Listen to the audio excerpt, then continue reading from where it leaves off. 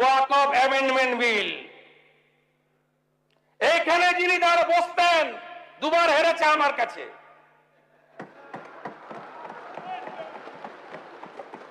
উনি বলেছিলেন আমার প্রাণ থাকতে আমি ওয়াকফ অ্যামেন্ডমেন্ট বিল কার্যকর করতে দেব না। আর উনি উম্মিত পোর্টাল চালু করে দিয়ে 17,000 ওয়াকফ কমিটিকে পোর্টালে আপলোড করার সুযোগ দেননি, সব খাস হয়ে গেছে। দুহাত ভরে ভোট দেন তো। ওয়াকফ অ্যামেন্ডমেন্ট বিল মোথাবাড়ি জ্বালিয়ে দিলেন, ভেঙে দিলেন, লুট করলেন, লাইন দিয়ে 81টা দোকান। আমি হাইকোর্টে গিয়ে লড়াই করে 12 দিন পরে ঢুকলাম। এটা সরকার, আগের সরকার এটা ছিল। 3টে হিন্দুর দোকান লুট করলেন, পাশে 2টো মুসলমান দোকান ছাড়লেন, আবার পরপর 5টা হিন্দুর দোকান করলেন। এটা রাজনীতি। শক্ত হাতে ধরতেন, আধা সেনা চাইতেন, ক্ষতিপূরণ দিতেন, গুন্ডারা এই জিনিস করতে পারত না। বাড়তে বাড়তে বাড়তে এই যে নওদার এমএলএ যে ভাষায় কথা বলে, এটা আপনাদের পাপের ফল। বলছে 4700 জেল, তাই নাকি? আপনাকে কেমন সবক শিখাতে হয় এই সরকারের মুখ্যমন্ত্রী শেখাবে।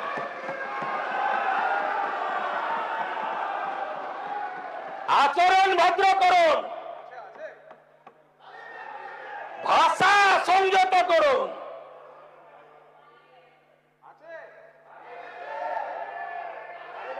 ধুলিয়ান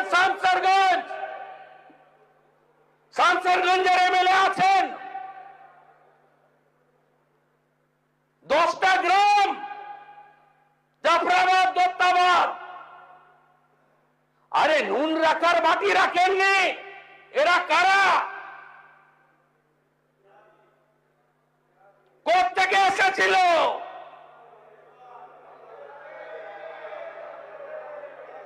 কি করেছেন? জঙ্গিপুরে সুতিতে গেছেন মুখ্যমন্ত্রী, একটা পুলিশে কাজ করে বেলডাঙ্গা থানায়, তাকে দিয়ে কিছু লোককে ডাকিয়ে এনেছেন, 2 লাখ টাকার ক্ষতিপূরণ দিয়েছেন। আরে এক একটা বাড়িতে 40 লাখ 50 লক্ষ টাকার ক্ষতি হয়েছে। ধুলিয়ানে বড় বড় দোকান, motorcycle showroom, Apple shop, shopping mall, 1.5 কোটি 2 কোটি টাকা করে প্রপার্টি নষ্ট হয়েছে। কি করেছেন আপনারা? আদায় করে দিতে পেরেছেন? একজনও ক্ষতিপূরণ পেয়েছে? কতবার ভুল পথে পরিচালিত করেছেন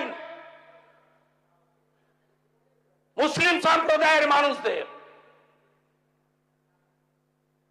কতবার ব্যবহার করেছেন রেডিক্যাল শক্তিকে। আপনাদের ফরাক্কার প্রাক্তন এমএলএ ব্যান অর্গানাইজেশন পিএফআই প্যারেডে কেন থাকেন? উত্তর দিতে পারবেন? আপনারা কেন সিভিল লোককে রাজ্যসভায় পাঠান? আপনাদের প্রাক্তন মন্ত্রী মন্তেশ্বরে হারা, সিদ্দিকুল্লাহ চৌধুরী কেন খাগড়াগড় বিস্ফোরণে তদন্তে বাধা দেয়? এর উত্তর দিতে পারবেন?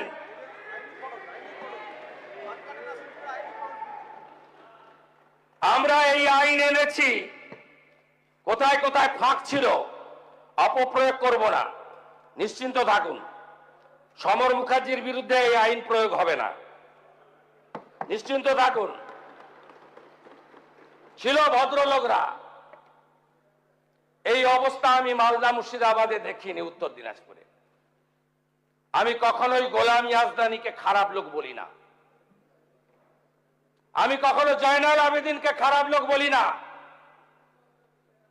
আমি কখনো গনি খান চৌধুরীকে ভালো ছাড়া খারাপ বলি না, আমি কখনো হাবিবুর রহমান সাহেব, আব্দুল সাত্তার সাহেব, নুরুল ইসলাম চৌধুরী সাহেব এদের বিরুদ্ধে বলি না, বলবো না। কাদের হাতে গেছে, কোন শক্তির হাতে আপনারা পাঠিয়ে দিয়েছেন? এই আইন এই জন্যই প্রয়োজন। কেন প্রয়োজন? দাঙ্গা, বেআইনি সমাবেশ, হিংসাত্মক বিক্ষোভ, আইন শৃঙ্খলা ভঙ্গের অন্যান্য ঘটনায় সরকারি ও বেসরকারি সম্পত্তি সুরক্ষা নিশ্চিত করা রাষ্ট্রের একটি গুরুত্বপূর্ণ দায়িত্ব। প্রচলিত ফৌজদারি আইনে অপরাধীদের বিচার এবং শাস্তির ব্যবস্থা থাকলেও ক্ষয়ক্ষতির দ্রুত মূল্যায়ন, প্রকৃত দোষীদের কাছ থেকে ক্ষতিপূরণ আদায়ের জন্য কোনো কার্যকর স্বতন্ত্র ব্যবস্থা নেই। আমি দায়িত্ব নেওয়ার পরে দুটো জায়গায় ভাত টিপে দেখেছেন। আসানসোলে ফাঁড়ি ভেঙেছেন, আদায় করেছি ক্ষতিপূরণ, সুদ সহ আদায় করব, 3 গুণ টাকা আদায় করব, ভিটা মাটি বেচে আদায় করব, শুধু জেল খাটাবো না, স্থাবর অস্থাবর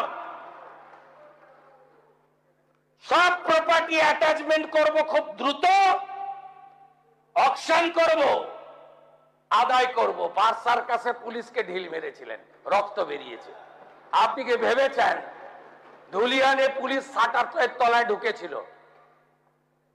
ভেবেছেন এই পুলিশ মন্ত্রী সেই রকম? কালীঘাট থানায় পুলিশ টেবিলের নিচে ঢুকেছিল। আপনি ভেবেছেন ওইটা? আমার দায়িত্ব পুলিশ কর্মীদের নিরাপত্তা দেওয়া। সরকারি বেসরকারি যাই ভাঙুন, 1 ইঞ্চি এগোতে দেব না, একদম নিশ্চিন্ত থাকুন।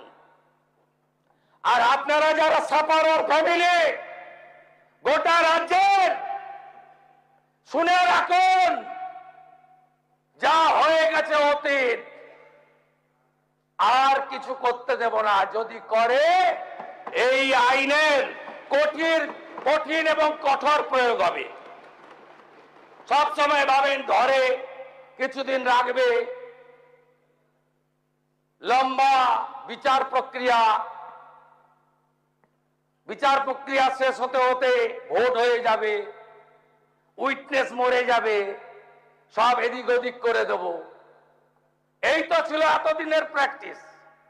এই প্র্যাকটিস করতে দেব না।